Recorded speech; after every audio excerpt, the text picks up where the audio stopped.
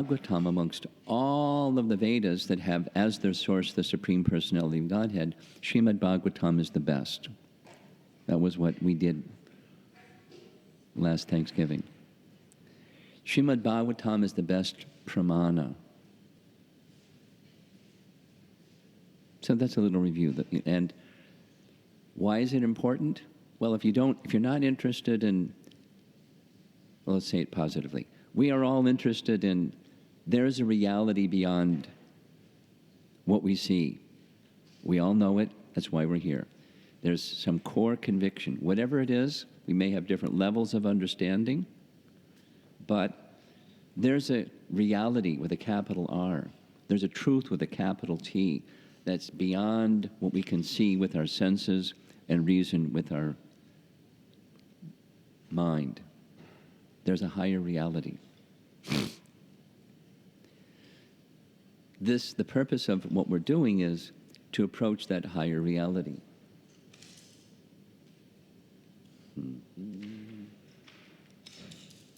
Well, okay. We'll go back. There was a very nice slide that I showed you at the very beginning. There's the nice slide. So, remember this one? Those of you that were here. Second of review for those that missed yesterday evening. That knowledge is inside us. Really short. The first public, when Prabhupada spoke at Tompkins Square Park, you know that this is ISKCON 50. Prabhupada took the devotees to Tompkins Square Park, sat down for 2 hours, chanted Hare Krishna Mahamantra, devotees dancing and singing, and a big crowd like, what's this? And the kirtan stopped. Prabhupada stood up in a very stoic, very serious mood, said, what's he going to say? I've not come to teach you something new. I've come to remind you of what you have forgotten.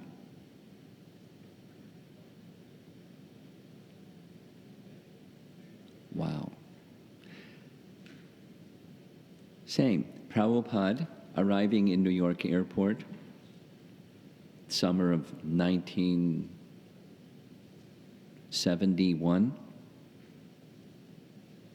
JFK, when there wasn't TSA, you could go right to the gate where the person comes in, and like 300 devotees chanting, dancing, throwing flower petals, carrying on like crazy fanatics, bahukas.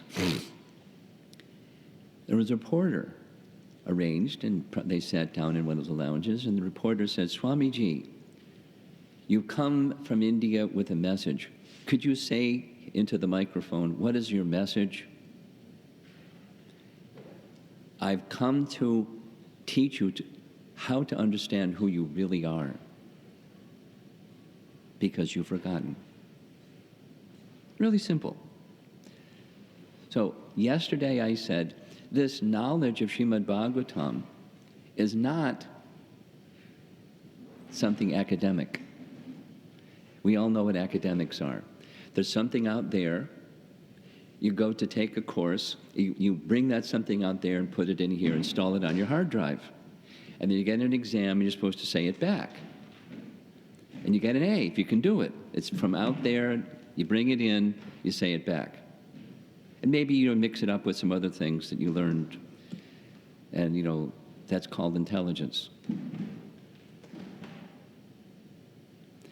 This is not that kind of understanding. It's something that's already there, and it needs to be awakened. So I'm saying this again because I feel it's really important that the way that you should hear this presentation for the rest of the 4 days that we're together, don't use the same approach that you have used in academics. It's different. It's not, using Prabhupada's term, not a imposition upon the mind.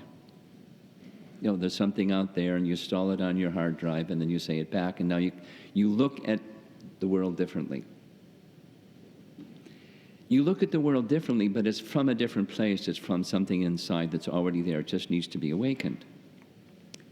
So that's this image.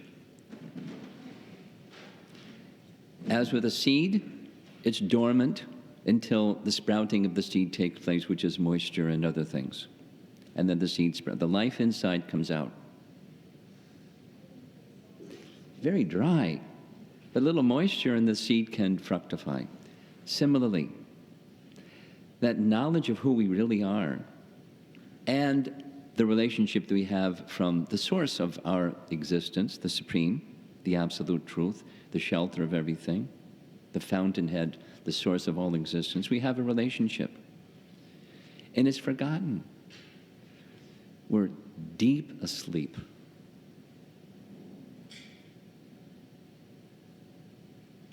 And there's a process to wake up, and that's sound vibration. Parusheya Shabda. So that's what we're doing.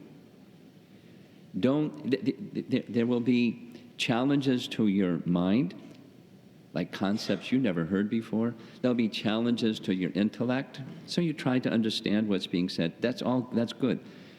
That's not the beginning and end of it. It's not an intellectual exercise. It's a spiritual exercise. That is, we'll say it this way. To the degree that you chant the Hare Krishna mantra from your heart and hear that sound vibration and it touches your heart, to that degree, you'll be able to understand this subject matter. Because it's the same type of subject matter. And supposing you're just a beginner. There's some beginners. So supposing you're one of those, a beginner. Don't worry about it.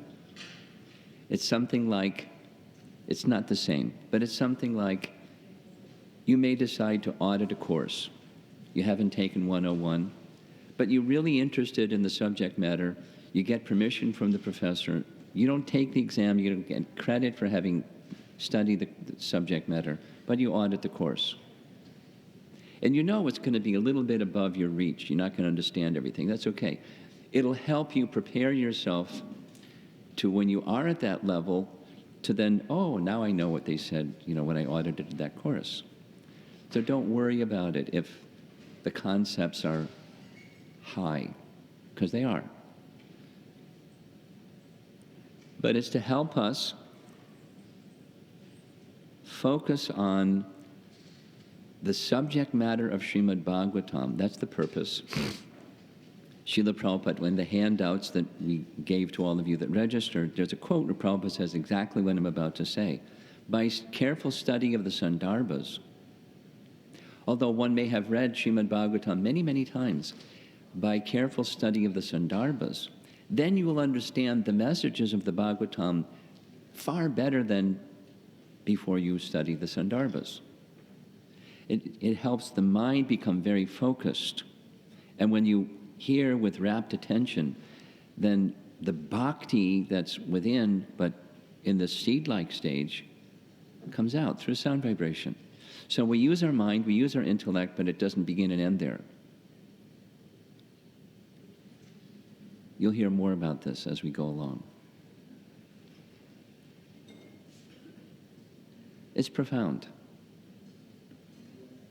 The very last section, Adhyatmika, Adidaivaka, Adibauddhika, we've all heard those terms if you've read Bhagavad Gita. All of those, the body, which includes the senses, which is one of the means of knowing things, and the mind, which is one of the means of people trying to know things. Then the demigods, Daiva, that without which the senses cannot function. And then the soul, Atma, Adhyatma. All are under the shelter of one. They can't operate, they're interdependent, and they cannot operate without the shelter of the Supreme. So this is drawing our attention to that Supreme. It's not negating that you have an intellect. Don't turn your intellect off or your mind off, but don't rely simply upon them. Rather understand this is knowledge that's already there. It's just through sound vibration is meant to be awakened. I'm saying it again so extensively because that's the purpose of doing what we're doing.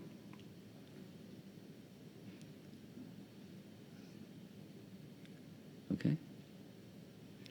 That's review from yesterday for those that missed it. And now we're going to go forward to beginning today.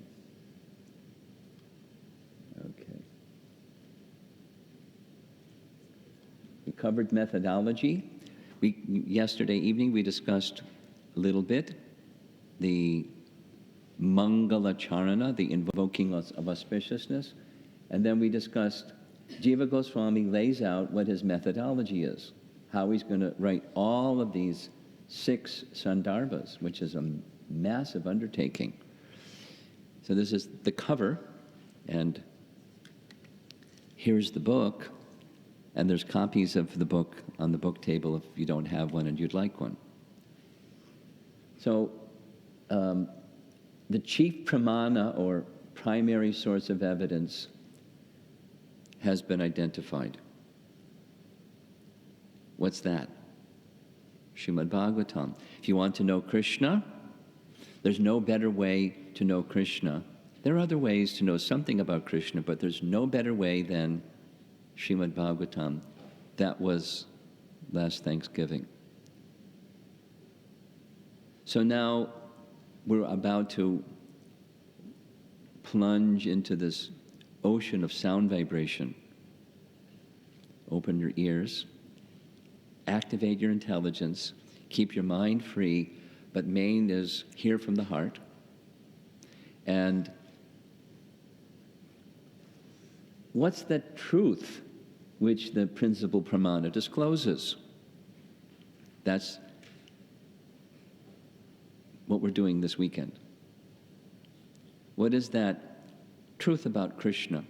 And as I said yesterday, there's 3 main divisions, and the first one is what we're going to do right now. And that is these 2 very important personalities, Sukadeva Goswami and Vyas, because Sukadeva Goswami is the speaker and Vyas is the compiler.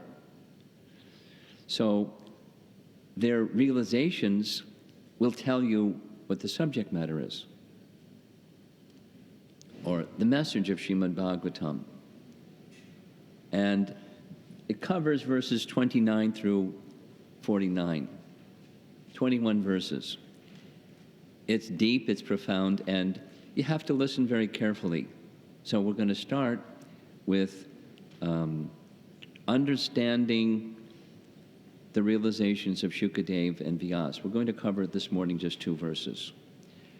I'll caution you, 2 things. This morning, more than any of the other sessions, it's a lot. So keep your seatbelt on. And also, it's the foundation, application-wise, of what's coming next. Application-wise is from 34 to 49, it's Jiva Goswami applying all of that to understand other views like Mayavad and Buddhism. So you have to hear this carefully, otherwise the Mayavad and Buddhism discussion, you'll be scratching your head. So please listen very attentively.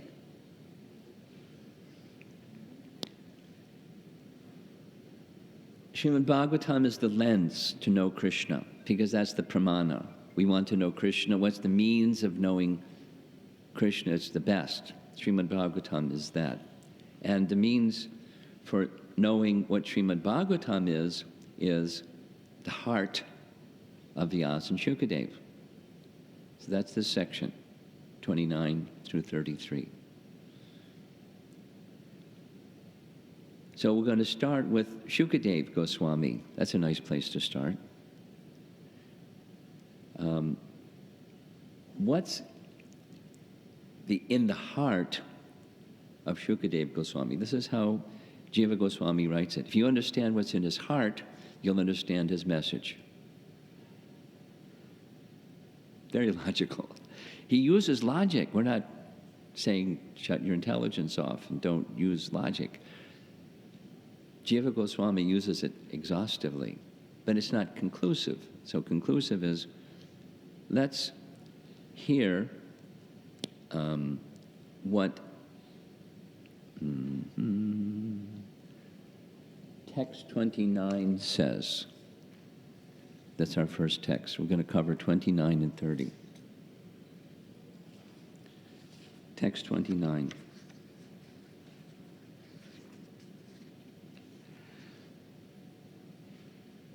Jiva Goswami, at the beginning of this text, refers to a verse from 12th canto Srimad Bhagavatam.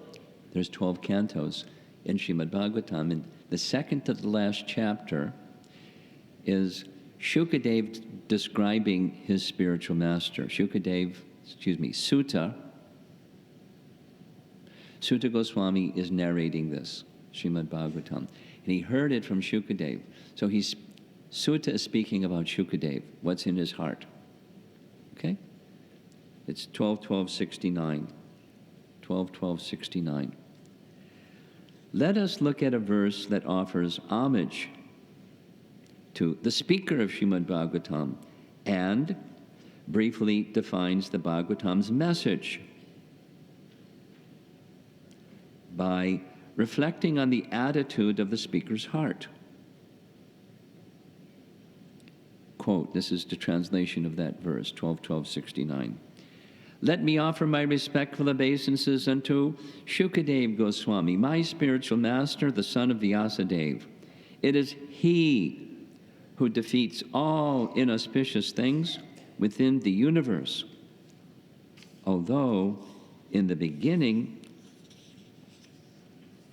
he was absorbed in happiness of Brahman realization and gave up all other types of consciousness, he became attracted by the pleasing, most melodious pastimes of Lord Ajita. He therefore mercifully spoke this supreme Purana, Srimad Bhagavatam, which is the bright light of the absolute truth and which describes the activities of the Lord. So now what we want to do is, under the guidance of Jiva Goswami, look at the heart of Sukadeva Goswami.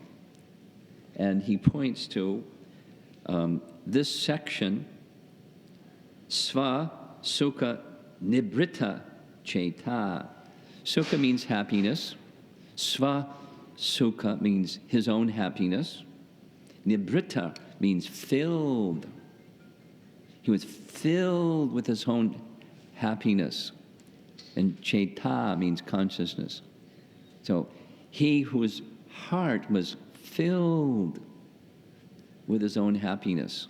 So the image I chose is the sky. Like, what's in the sky? It's just sky. I mean, there's some clouds, but it's just sky.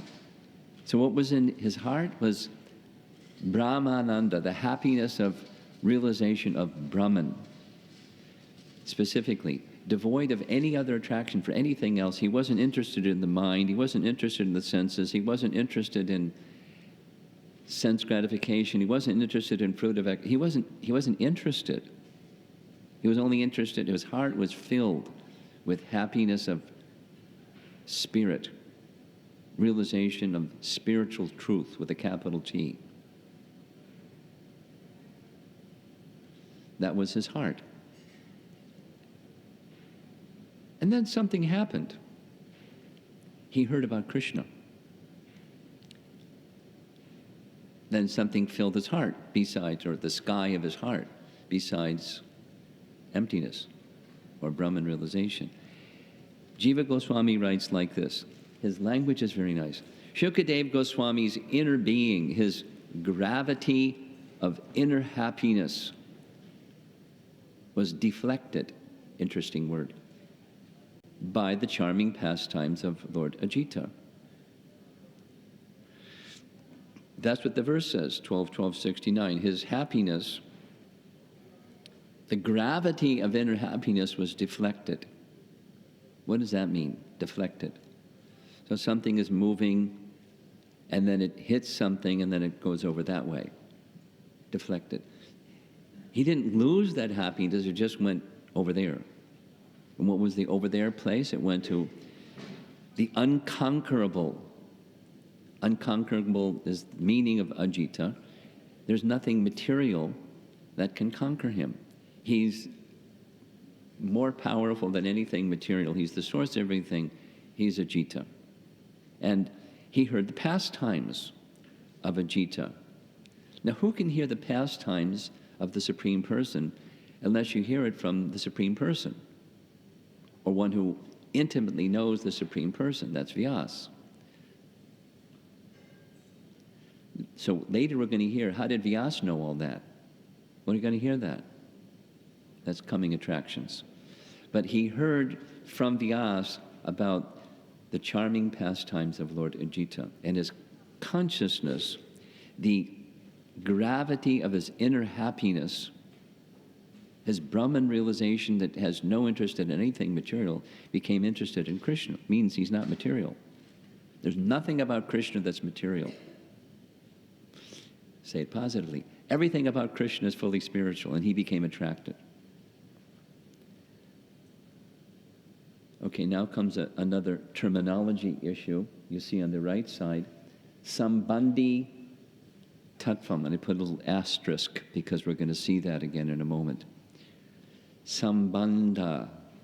Those of you from India, in Hindi, you know the meaning, Sambandha, even if you don't know Sanskrit. It's relationship. We're used to, in the Hare Krishna movement, hearing about Sambandha in the following way. There's a source of everything, and that everything that exists has a source of emanation. The relationship between everything and its source of emanation is Sambandha.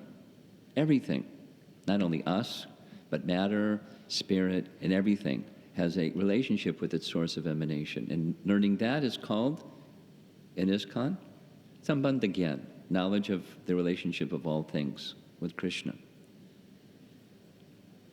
Jiva Goswami uses this word. He used it earlier in the Mangala Charana, now he's using it again in a different way, and that is the relationship between the book, Srimad Bhagavatam, and the subject, Krishna. Now, the book is about Krishna. There's a relationship between the book, or that spiritual sound vibration, and the subject, Krishna. So, Sukadeva Goswami, similarly, he has a heart that's filled with sky, or inner happiness that's not dependent upon anything outside of himself. And that inner happiness of Sukadeva Goswami is now going to the relationship that he has with Krishna, through that he's realized by hearing from his father. It's his heart being attracted to that sound vibration, Krishna. So this Sambandhi Tattvam is indicated as Ajita, who is unsurpassed. And he writes, which refers to the person, there he is, Krishna, who is endowed with sweet pastimes more attractive than the bliss of Brahman. So now we're looking at the heart of Sukadeva, and there's two things. Krishna is more attractive than Brahman. And second, Krishna is fully spiritual because he's not interested in anything material. He's interested in Krishna, so Krishna is fully spiritual. You see what Jiva Goswami is doing? He wants us to understand the subject of Srimad Bhagavatam, the book, by understanding the subject of the book. And we understand the subject of the book by understanding the heart of Sukadeva Goswami. So here's Sukadeva Goswami's heart again. It's this vastness of happiness of Brahman. His own happiness, because he's also Brahman. Doesn't need anything outside of himself to be happy. And then Sukadeva Goswami describes in Canto 2 to Maharaj Parikshit the following. "Oh, King Parikshit, mainly the topmost transcendentalists who are above the regular principles and restrictions take pleasure in describing the glories of the Lord." Now, that's not our position, but we also find happiness in describing the glories of the Lord. At the end of the Dwapara Yuga,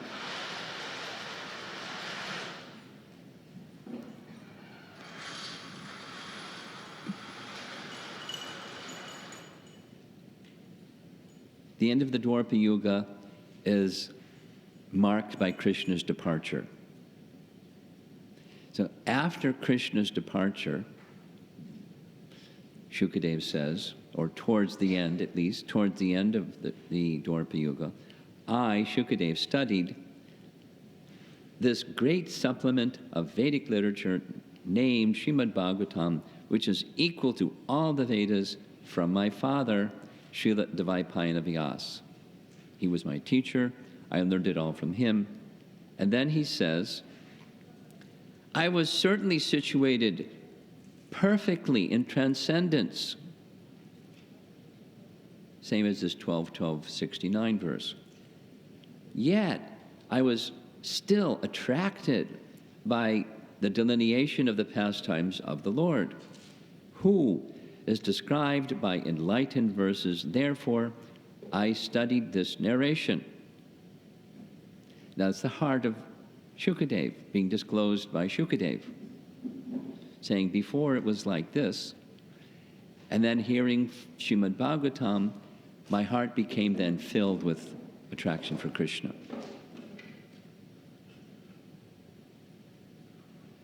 And then very quickly, you're going to hear another term for those of you that are new.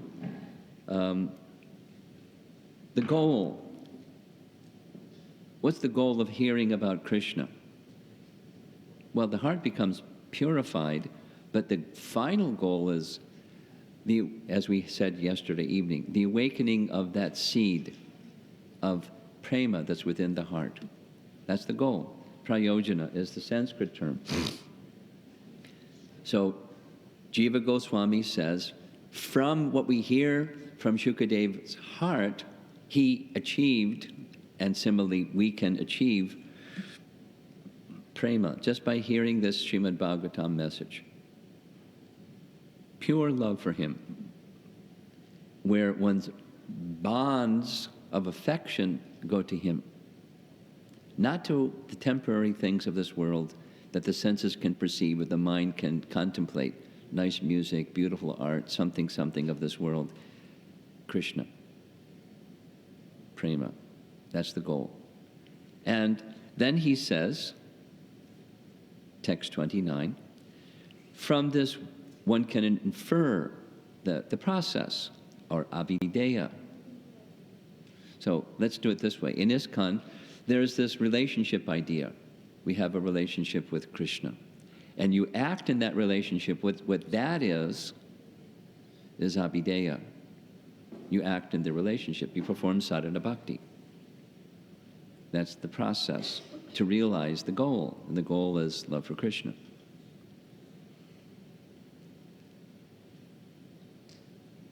He's going to say this same statement about 6 times.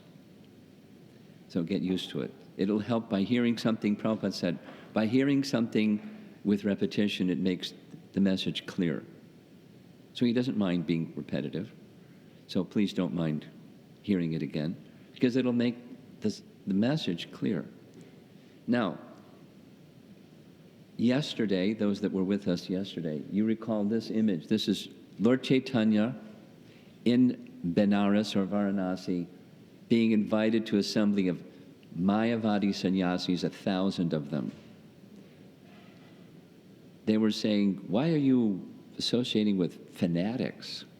You're supposed to be studying Vedanta Sutra and chanting Om, controlling your senses, not frolicking and dancing and singing with ordinary people. That's not what sannyasis do. Why are you doing this? He said many things. My spiritual master told me, you're a fool. You don't have the capacity to understand Vedanta. You just chant Hare Krishna. So I just chanted Hare Krishna. Something happened. I started experiencing transcendental emotion and singing and dancing and rolling on the ground. Then I went to my spiritual master and said, am I doing something wrong? And my spiritual master said, oh, this is very good. According to Scripture, you're at the topmost stage of spiritual realization. And quoted verses from the Bhagavatam.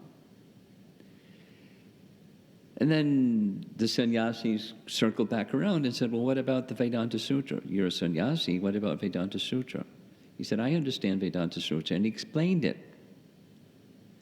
And he explained it using these same three terminologies. Get used to it, you're going to hear it again. Sambandha, Abhideya, Prayojana, those are the three. The relationship of everything with the source of emanation, Sambandha. Acting in that relationship with the source of everything, Abhideya. What's the result when you do that properly and perfectly and fully? The goal, Prayojana. Love for Krishna. So, Chaitanya Mahaprabhu, in his talks with these sannyasis, that's what he did. He explained Vedanta Sutra in those terms, Sambandha, Abhideya, Prayojana.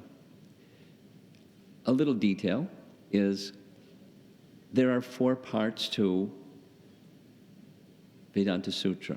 I haven't read Vedanta Sutra, but I understand there's 4 parts. The first 2 deal with Sambandha. The third deals with Abhideya, acting in that relationship. And the 4th, what's the goal? Chaitanya Mahaprabhu explained Vedanta Sutra in terms of those, Sambandha, Abhideya, Prayojana. Now, what's Vedanta Sutra? It's a summarization in little sutras or codes of the entire vast Vedas. Srimad Bhagavatam is Vyasadev's commentary on Vedanta Sutra. So guess what? Srimad Bhagavatam has those same 3 divisions. Sambandha, Abhideya, Prayojana. And not only that, but because the Sandarbhas are explaining Srimad Bhagavatam and its message, those same 3 are there. Sambandha, Abhideya, Prayojana. So you're going to hear it several times. Get used to it. The implication of what these things mean is very, very important because that's Krishna. We want to know about Krishna. So to know about Krishna is not just one of them. It's all 3 of them. And through that sound vibration of Srimad Bhagavatam, the fullness of Krishna can be realized. That's what we're attempting to do. And, very important, this little section of Prameya is both Sukadeva Goswami and Vyasadeva have realizations that connect with Sambandha, Abhideya, Prayojana. No surprise. Because go back up, the first, number 2, what's Srimad Bhagavatam? It's Vyasadev's composition, based upon his realization, as instructed by his spiritual master, Narada. We're going to hear about it. And then he taught it to Sukadeva, and that filled Sukadev's heart. His heart became filled with attraction for the personality of Godhead, Krishna. Pause. Is it clear? Okay. Now, please permit me, I'm going to go back to the Mangalacharana verses, and the conclusion of the Mangalacharana verse, text number 8, says the following. I'll say it and then I'll more or less read it. It says, Jiva Goswami says, it is standard, it is compulsory that when you write a book, there must be 4 elements. And those 4 elements are, what's the subject of the book? Who is qualified to understand the subject of the book? what's the means of properly realizing the subject of the book, and what's the outcome? Why would you want to be interested in reading the book? It's a declaration that an author should do for the benefit of the reader. The language that Jiva Goswami refers to comes from Chaitanya Charitamrita. For those of you that are new, you don't know what that is. That's Krishnadas Kaviraj writing about Lord Chaitanya, his life and teachings. And it has these same four. It states them. So now, here's what Jiva Goswami writes to say what I just said in his elevated language. There's a term called linguistics. Linguistics. What's linguistics? In general, it's the integral relationship which words have with their meaning. Integral relationship which words have with their meaning, or with what the words are referring to. That's linguistics. And you can get a PhD in linguistics. It's a field of study. So for Sanskrit, which is very deep system of education, there's Sanskrit linguistics. So that's called Vacha, Vachaka, Sambandha. The relationship, Sambandha, between Vacha and Vachaka. The word that you speak and the meaning of the word that you speak. That's linguistics. Vacha, Vachaka, Sambandha. This is reference from, last Thanksgiving, or the Mangalacharna verses, text 8. So here's now this Sambandhi Tattvam phrase again. Remember that asterisk from the previous slide? So as with Sanskrit linguistics, similarly, a book, Srimad Bhagavatam, as well as the Sandarbhas, all 6 of the Sandarbhas of Jiva Goswami, the book has an intimate or integral relationship with the subject of the book. And that relationship is through the meaning of the words that make up the book. I'm going slowly because this whole concept of linguistics is foreign to me. Some of you that may have studied linguistics, it's like, hey, this is really easy, let's keep going. But it comes up again and again and again because Jiva Goswami his audience is not, people on the street in New York City or in a factory somewhere. His audience is high-level scholars. And the high-level scholars of that time, you won't even find them today. They don't exist. That was his audience. So he's dealing with really picayune, fuss-budgety fellows. He wants them to understand, I'm dealing strictly according to Sanskrit linguistics. And he is. So for us, it's like, whoa, that's way up there. But that his audience is already way up there. That's his audience. He wants a foundation so that going into the future, the teachings of Lord Chaitanya won't fall to scrutiny. And the message of Srimad Bhagavatam will be accepted by an honest man. And the teachings of Srimad Bhagavatam, the teachings of Chaitanya Mahaprabhu are identical. He wants, for time immemorial, this will stand. So we're looking at what he's written. In that text 8, the last line looks like this. There's the subject of the book, and there's the goal of the book, and there's the means of reaching the goal. So here we go. Through the phrase Sa Sri Krishna, it indicates that Krishna is the subject, or Vishaya. If you studied Nectar Devotion, you know there's the abode of love, the ashraya, and then the object of love, that's Krishna. So now this is, the subject is the subject, not the object. The subject of the Bhagavatam and of the Sandarbhas is Krishna. It's Krishna, and then there's the words. That's the book.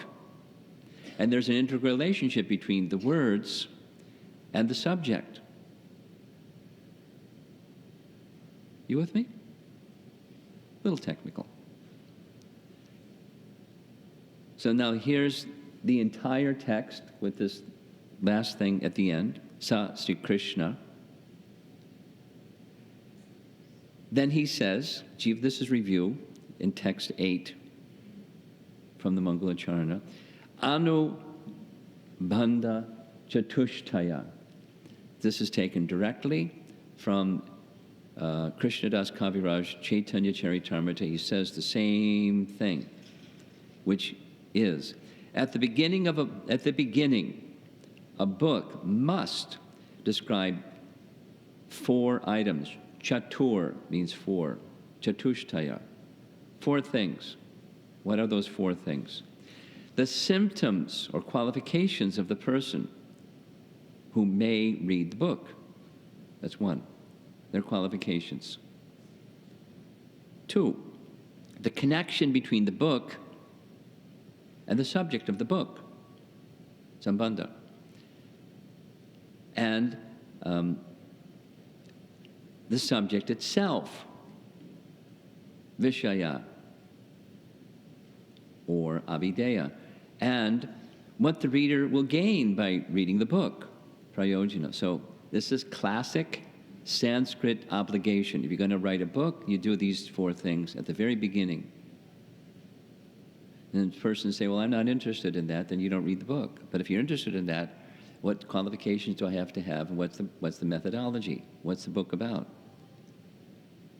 This is review. So Jiva Goswami states, Sa Sri Krishna and Swayam Bhagavan Iha, which is in the verse up here, that same Sri Krishna, the Supreme Personality of Godhead, Krishna, is the Vishaya, the subject of the Sandarbhas. And there's a relationship between the subject of the book and the book. And that goes like this. Prema identifies the final goal achieved by Bhakti Yoga. What's that? Love for Krishna. The seed becomes matured to the condition of love for Krishna. And the means, Tattva bhajam. For those who worship his lotus feet, describes the essence of the recommended means for realizing Sri Krishna, Bhakti Yoga. So I put this here because it's doing the same thing. Sambandha Abhideya Prayojana, Sambandha Abhideya Prayojana. It's thematic. He ends this text 29 by saying, please understand that which Sukadeva Goswami was attracted to was beyond Maya. To verify that, yet a third reference is this one.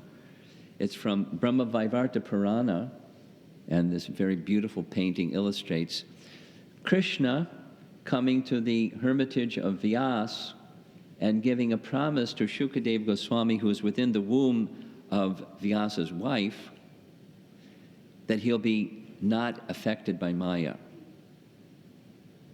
So Sukadeva Goswami's attraction for Krishna is not attraction for Maya, because he got the promise from Krishna. You will not be attracted by Maya.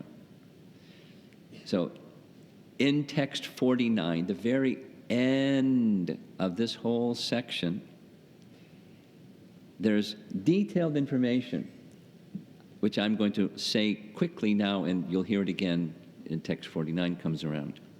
That'll be like Saturday night. So here we are Thursday morning. Here's the chronology. I'll say it slowly, and you'll hear it again later. Canto 1, Chapter 4. Sutta is asked, How did Srimad Bhagavatam appear? Please narrate this. Sutta says, Vyasadeva, pictured here, this is Vyasadeva.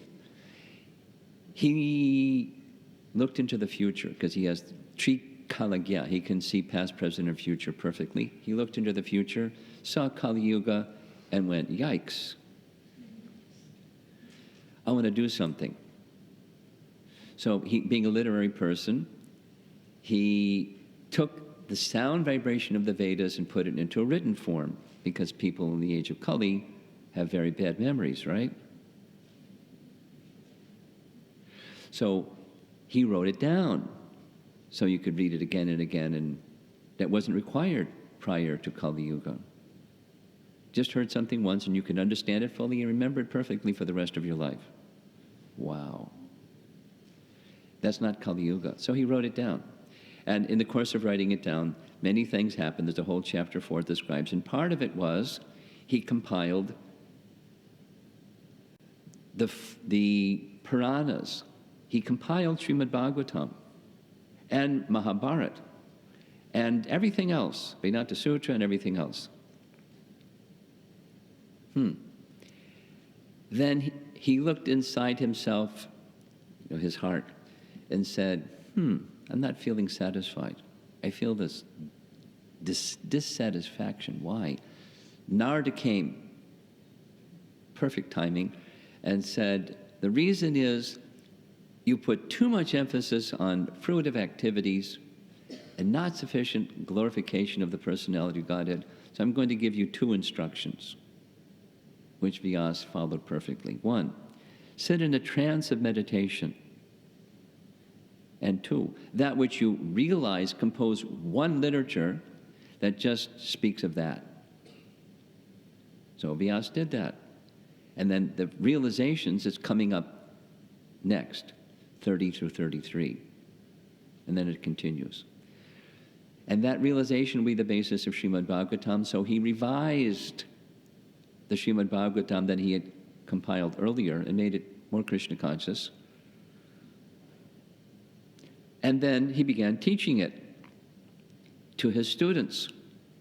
While he was teaching it to his students, Sukadeva Goswami became within the womb of his mother, and he was hearing Srimad Bhagavatam while Vyasa was teaching his students.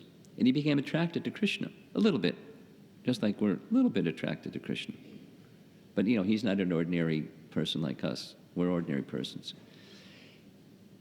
He was Brahman realized, so he considered, Brahma Vaivarta Purana says, he considered in the womb, outside the womb, it's all one.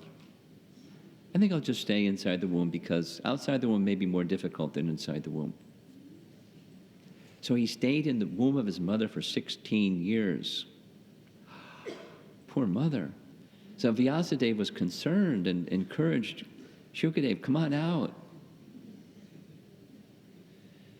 He said, well, I'm concerned about the Maya that's outside if I come out of the womb. But if Krishna comes, Brahma Vaivarta Purana, if Krishna comes and promises me I won't be affected by Maya, I'll come out. 1,000 miles away, Vyasadeva walked to Dwarka. Krishna came back 1,000 miles and standing before Sukadeva Goswami promised him, you won't be affected by Maya, come on out. And so he came out, 16-year-old boy, clothed by the 4 directions. He was totally disinterested in anything material. And this is described in Canto 1, Chapter 4. So he went into the forest. Vyasadeva was concerned. My son's gone, 16-year-old boy. So he sent, there's different versions, but he sent some students to just go into the forest and recite Bhagavatam verses. When Sukadeva hears them, he'll be attracted. Just keep saying them again and again and bring him back here. Brahma-Vaivarta Purana says. And so he came back, attracted by the pastimes of Ajita, and he became a student. We read Canto 2, Chapter 1. Sukadeva Goswami said, I came back and I studied Srimad Bhagavatam from Vyasa. Comprehensive, it's a big job studying Srimad Bhagavatam, all 18,000 verses. So he studied, and then he left again. And when he left again, later he spoke that message of Srimad Bhagavatam to Maharaj Parikshit. That's the chronology. Now, what's the purpose of all of this? It's to understand the attitude of the speaker's heart. What's in Sukadeva Goswami's heart? To remember that picture of the big vast sky, and his heart was filled with his sukha, nibrita, cheta. His heart was filled with his own happiness. He wasn't depending upon anything else. And then he heard Srimad Bhagavatam, and something filled his heart. Attraction for Krishna filled his heart. So that's the end of text 29. What's the heart of Sukadeva? No attraction for anything material, fully attracted to Krishna, and that's what he spoke, because that was what's in his heart. Okay. And now we're going to discuss the next verse, text 30. And the topic is the realization of Vyasa. There is Vyasadeva writing the Vedas. And a little note, this is just interesting. There's a name of Vyasa called Badarayana. Does anybody here know the meaning or how he got that name, Badarayana? There's a very nice devotee in New York, Prabhupada disciple, named Badarayana. His name means Vyasadeva, because Vyasadeva, there's details, but he was born on an island that had a certain kind of a tree. Badara trees, or jujube trees. And because of the Badara trees, he became Badarayana. So Vyasadeva. So many times you'll hear Badarayana, Uvacha. Badarayana said. So there's 6 verses that constitute the meditation realization of Vyasa. They're really important.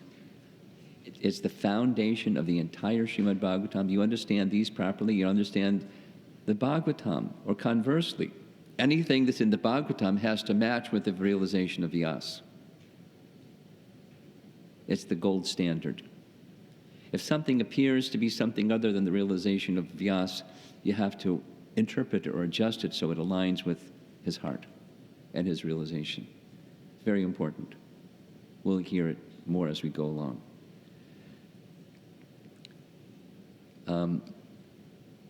Jiva Goswami writes, just as we did with Sukadeva Goswami, to understand the message of Srimad Bhagavatam, we have to understand the heart of the author of Srimad Bhagavatam, Vyasa. And it's summarized very simply in 6 verses. And it's very deep. From this verse 30 until verses 49, all it is discussing these 6 verses very, very deeply. So we need to understand these verses to understand the message of Srimad Bhagavatam. So here's a nice painting. This is Vyasa, having compiled all the Vedas, Canto 1, Chapter 4, and he's stepping back from his work of writing, thinking, how did it come out? Just like when you cook something, or you write something, or you paint something, and how did it come out? So he did that. And he felt, something's wrong. So Narada came and answered the question, what's wrong? He said, you had not sufficiently glorified Krishna. Because that's the purpose of all the Vedas, is achieving Krishna. So here's what I want you to do. 2 things. Sit in a trance of meditation upon the absolute truth, Krishna. That's number 1. And number 2, that which you realize, then revise this Srimad Bhagavatam according to that realization. So that's what he did. And this trance, the realization in trance of Vyasa, it's the essence of the entire Srimad Bhagavatam. And it's also then the essence of the entire Sandarbhas. So this trance is very important.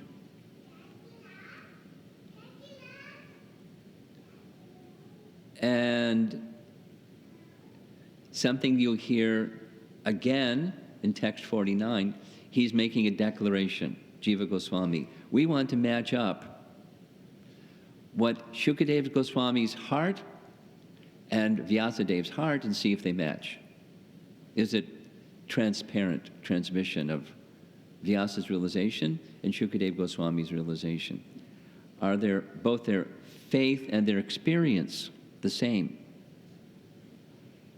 And he's going to go through step by step by step and make reference to this message again and again and again and conclude in text 49, complete matchup. Very scientific and careful in his presentation, because remember, his audience is puffy wuffies. It's not just, the general populace that's victimized by the age of Kali. It's highly educated scholars. I could elaborate on that, but that's his audience. So he's very careful in his presentation. Now here comes the first verse. That's Vyasadev's realization. And if you know the verse, you can say it along with me. Bhakti yogena manasi samyak pranihate male apashat purusham purnam mayam cha tad apashrayam. And the translation reads, thus, he fixed his mind, perfectly engaging it by linking it in devotional service, bhakti yoga, without any tinge of materialism. And thus, he saw the absolute personality of Godhead along with his external energy, which was under full control. So the words of this verse are going to be analyzed under a high-powered microscope by Jiva Goswami. And he starts, Jiva Goswami not only wrote the Sandarbhas, he wrote a commentary on the Sandarbhas. And the commentary is called Sarva Samvadani, Compliments of Bhanu Swami. Has been translated. And it's in the back of this book, the Tattva Sandarbha book, just the Sarva Samvadani commentary by Jiva Goswami, where he writes, in relation to this verse, as the introductory words of this text, Anucheda 30, inform us, the verses cited there, beginning with Bhakti Yogena, are the words in which Suta Goswami briefly described to Shonaka the same purport of Srimad Bhagavatam indicated by the glorification of Sukadeva at the end of the 12th canto. Remember that 12:1269?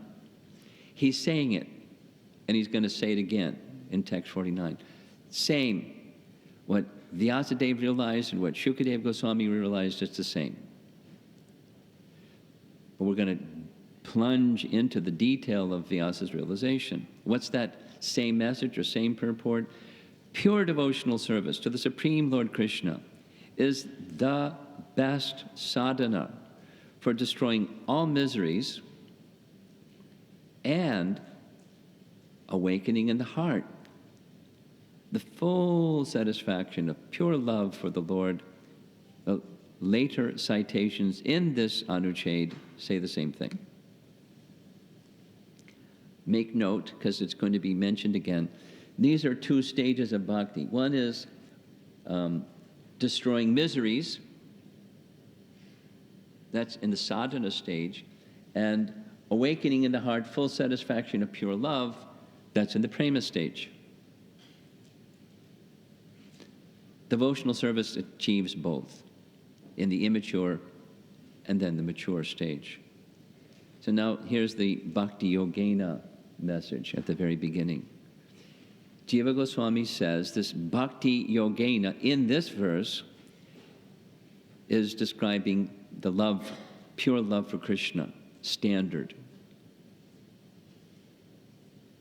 And he makes a scriptural reference to verify it, exactly as he said he would do in the methodology. Yes? If you remember from yesterday evening.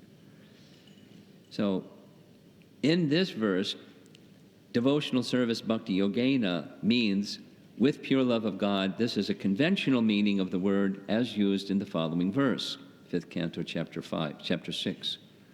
My dear king, Sukadeva speaking to Maharaj Pariksit, the Supreme Personality of Godhead, Mukunda, sometimes grants liberation to those who are engaged in getting his favor, but he rarely grants bhakti yoga, pure love for him. In that sense, we'll hear some more. And so this process of bhakti yoga, even in the practicing stage, the sadhana stage, it eventually develops into the stage of pure devotional service. He's making a statement. Now he's going to give scriptural reference from the Bhagavatam that supports it. He's very responsible. Referring to that authority which we've accepted already, because we already studied it last Thanksgiving, the Pramana Kanda. So this is a verse from Canto 11, Chapter 3. Whoops, there it is. And it's in sequence. It starts with sadhana and it goes to prema. The devotees of the Lord constantly discuss the glories of the personality of Godhead amongst themselves. Thus they constantly remember the Lord and remind one another of his qualities and pastimes. That's what we're supposed to do when we get together. In this way, by their devotion to the principles of Bhakti Yoga, the devotees please the personality of Godhead who takes away from them everything inauspicious. Not everything, just things inauspicious. You have anything inauspicious in your life? A few here and there? Well, Krishna is very kind. He'll take them away. And when he does, don't say ouch. But if you keep going, being purified of all impediments, the devotees awaken to pure love of Godhead, and thus,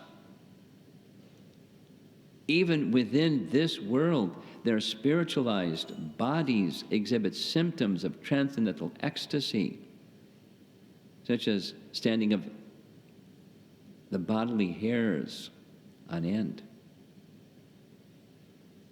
So sadhana done properly leads to prema.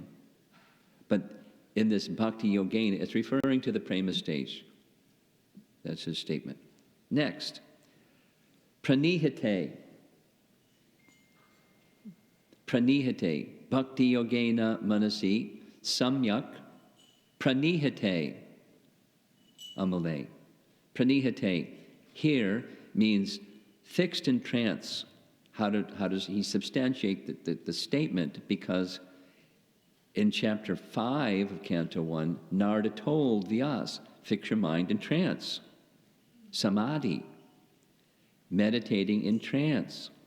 So he did it. That's pranihite, same meaning. So he's in this state of trance. Now, Jiva Goswami is telling us, or helping us understand, just from this one verse so far, we've understood the heart, or the qualifications of Vyas. There's Vyas, and here's the first amala. What's that? His mind was pure. No material motives, no material attraction for anything material. Similar, Sukadeva, amala. Bhakti yoga. He was fixed in unalloyed devotion to the stage of prema. And his meditation was total samadhi. That's his heart. And then something happened. Something filled his heart. And what filled his heart? What filled his heart was Purusham Purnam. Now I'm going to explain and then we'll read Jiva Goswami's lovely language. Purusha means, it's spelled wrong, it should be Purusham. Purusham means person. And Purnam means complete. Like the moon when it's full is Purna Chandra, the full moon. Purna. Om Purnam, Adak Purnam Idam, Purnam. So Purna means full, complete. So the Purusha Purnam is the Supreme Person. But there's different stages of realization of Purusham Purnam. One, we've already mentioned, where Purusham Purnam can mean the Supreme Lord, like Super Soul, who can take away your affinity for matter. But then there's another stage of realization of Purusham Purnam, and that is he who can attract your heart where there's not only no affinity for matter, but love of God. So he's saying, in what I'm going to read shortly, is both renderings of Purusham Purnam are okay. In this context, it means the original personality of Godhead, Krishna. Okay? So here's his language. The absolute person, Purusha, Purna Purusha, mentioned in this passage is the original personality of Godhead for the following reasons. He's making a declaration. Now he's making scriptural statements to support his declaration. The word complete, Purna, can be understood here in its ultimate sense, free from all restrictions. Reference. The Padma Puranas, Uttarakhanda offers the supporting evidence of the statement, quote, both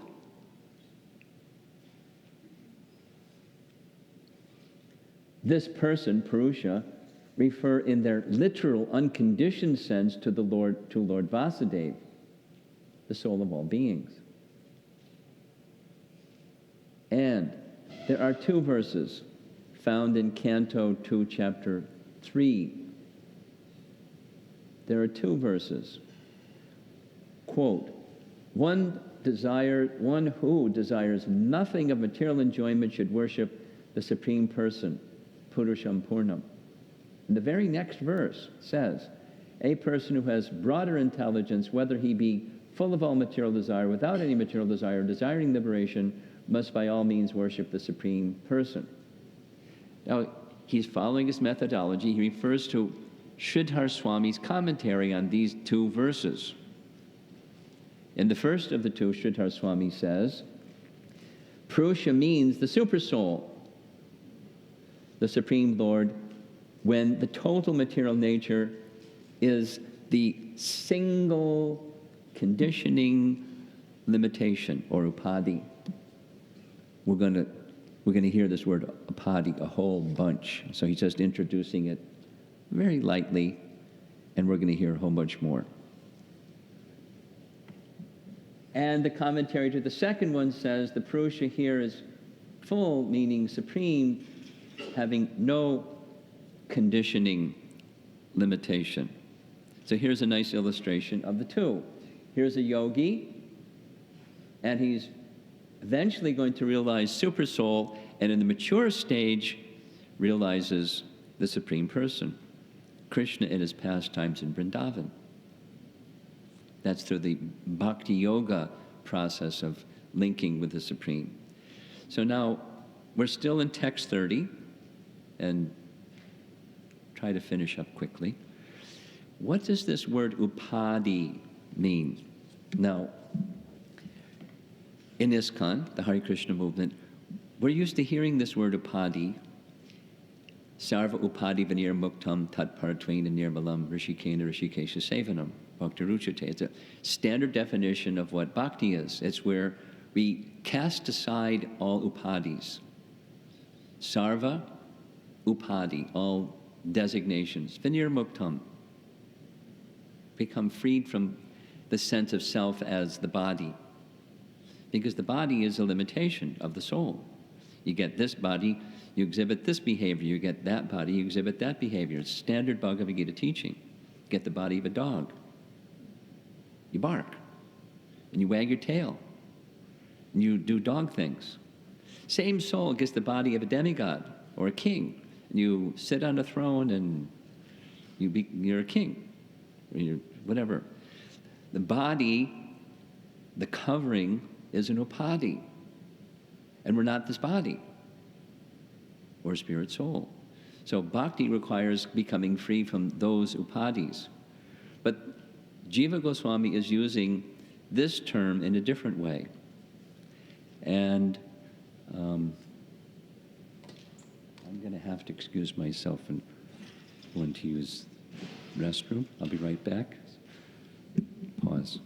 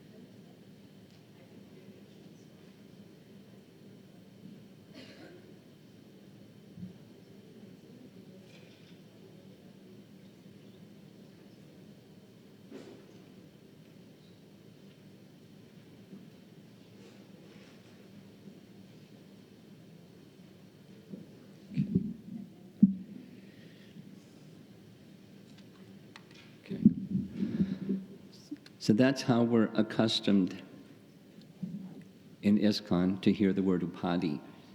Does this word Upadhi also apply to Krishna? Well, in a certain sense, yes. In the same sense, no, because Krishna isn't conditioned by any limitation. So that's where it doesn't apply. It does apply in a different way, and that is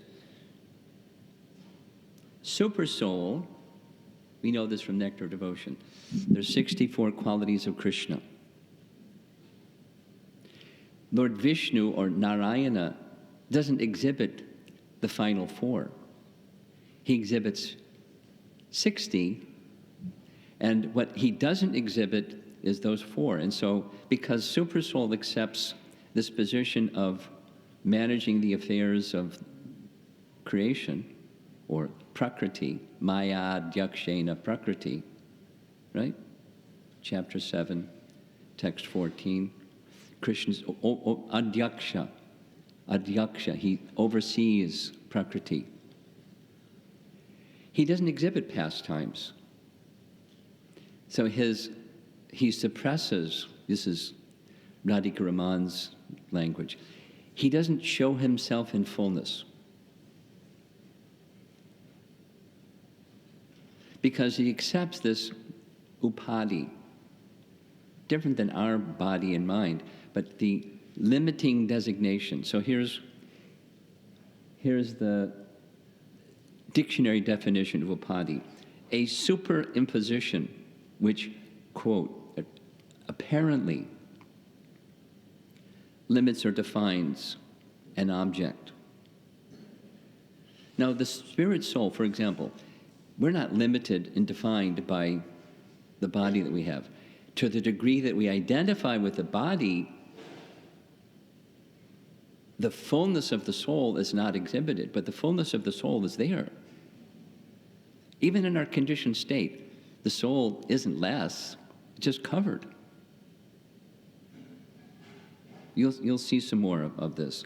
Now, as far as super soul is concerned, he doesn't become conditioned by. He just doesn't exhibit his fullness, and the reason is because of this conditioning limitation or restricting factor.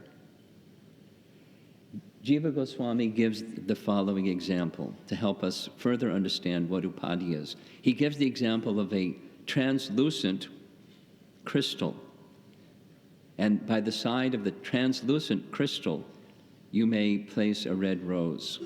And because the translucent crystal is next to the red rose, it may look like the crystal is red. Or may even look like the rose is inside the crystal. That's what crystals are. They're objects that have a red rose inside. But that's not what a crystal is. Now, again, I've already mentioned this, so let's repeat, but Sarva Upadhi Vinir Muktam, this is a standard definition of what bhakti is. It's from the Narada Pancharatra, and there's the moon. Now, the fullness of the moon isn't detected because of the clouds in the sky and the branches in the way. The fullness of the moon isn't diminished by the clouds in the sky or the branches in the way. But from our perception of the moon, it appears to be limited by the clouds and the branches. And so similarly, the body and the mind of the living entity seems to limit the living entity. They don't, but it appears to be like that. So these are classic examples. Again, the moon in the sky looks less than, it's a full moon, but the brightness of the full moon cannot be seen because the clouds that are obstructing. Another image of the same thing. So now, how does this apply to Krishna? Well, in general, upadhis filter our way of seeing, doing, or perceiving things in terms of ourselves and also in terms of Krishna. And when you see, feel, do, or perceive things differently, what happens is the mood of service to Krishna, because that's self-realization, is where Krishna is the eternal servant, it changes. It becomes enjoyment, separate from Krishna. That's what upadhis do. Love for Krishna looks different. It's enjoy. And that's happiness, that's love, that's life. So here's the translucent crystal. There's the rose beside the translucent crystal. It looks like that's what a crystal is. But it's not. That's the upadhi example. We're going to hear, stay tuned, we're going to hear more about upadhis from the Mayavadis. So make sure you get this notion of what an upadhi is clear. We'll hear it again, because repetition is sometimes necessary for clear understanding. So now here's a very nice painting of Krishna in Vrindavan. And then in a moment we're going to see Paramatma appear. Paramatma appears to conform to the limitations of material existence. He's not limited. It appears that way. And rather than displaying the fullness of his transcendental pastimes, Paramatma does something else. He witnesses, he gives intelligence or advice to conditioned souls how they can pursue material happiness. It's not a different Krishna, it's just Krishna who appears to be different as Super Soul. You with me? So there's Krishna and Super Soul. And this slide ends the whole section. Jiva Goswami writes, any material quality ascribed to him, Krishna, is an artificially imposed quality in Upadhi. For example, when Krishna was present on earth 5,000 years ago, persons who envied him saw ordinary human faults in his character, these upadhis, distorted their vision, and thus they misunderstood King Kamsa's wrestlers, for example, thought Krishna and Balaram would be easy to defeat because they were only cowherds. But something happened. This 12-year-old boy matched up against humongous, powerful, muscled wrestlers, got defeated. And not only they got defeated, their 3 brothers were defeated. Not only they were defeated, but Kamsa was also defeated. So, last slide. So here we go back to text 174.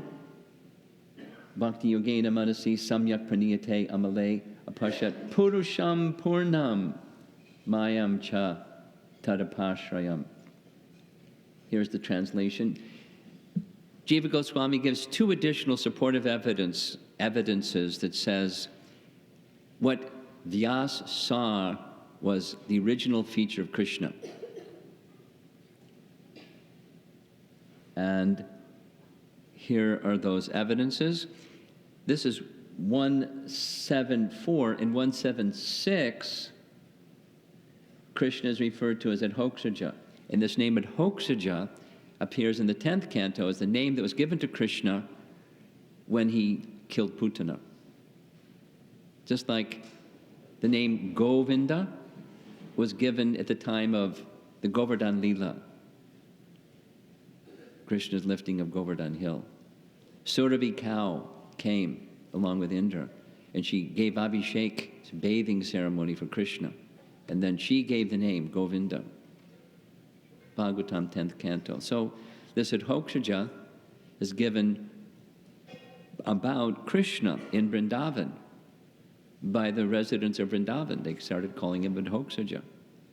And similarly, in the next verse after 176 is 177, Krishna is specifically referred to as Krishna Parama Purushe. So that's the end of this section. There's Shyamasundar in Vrindavan. This is to help me know that now I can end because we see this nice picture of, whoops, sorry about that. There's Krishna in Vrindavan. Okay. So I've gone past time, and we're going to have this nice ceremony over here at the end of the next class. So I'm supposed to end the class by 10:30 so they can start the ceremony at 11. Is that right? 11:30?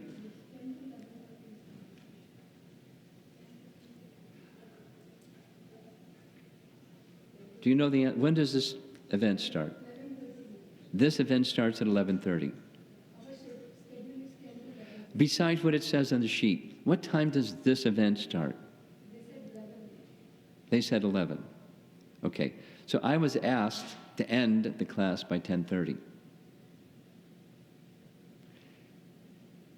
I've never seen a wedding or an engagement ceremony that starts on time. Maybe it'll start on time. But in case it does start on time, can you, just a small request. As I said, this morning and Sunday morning are packed. So can you have breakfast quickly, come back at 10 o'clock, We'll start at 10 o'clock and try to end at 10:30. Excuse me. Yeah, I'm never going to finish. Huh? What time? What time does this begin? It's 11:30. 11:30, so I'm supposed to end at 11. So please come back at 10, and we'll resume at 10. Hare Krishna. Have a nice, small breakfast. Srila Prabhupada ki jai.